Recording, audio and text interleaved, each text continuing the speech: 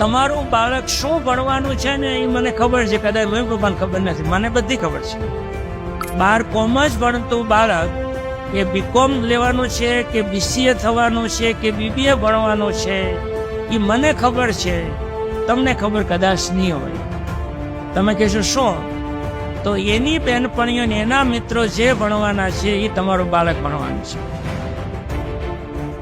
પહેલા આમાંથી બહાર કાઢો. આપણને શું અનુકૂળ છે, આપણી પાસે શું જાણકારી છે, આપણું ફેમિલી બેકગ્રાઉન્ડ કેવું છે, એ આધારે આપણા બાળકની ભણવાની લાઈન સિલેક્ટ થવી જોઈએ. ટોળાશાહીમાં ભણીએ છીએ, આપણા બાળકનો ખુદનો વિચાર જ નથી.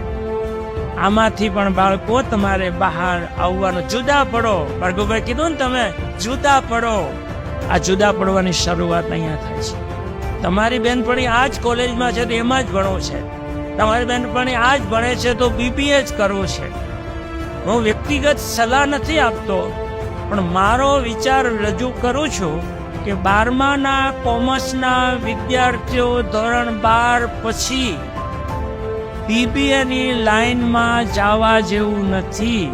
અટાણે શ્રેષ્ઠ હોય કોમર્સના વિદ્યાર્થી માટે તો બીસીએ અને બીકોમ છે, એ સમજવાનું છે.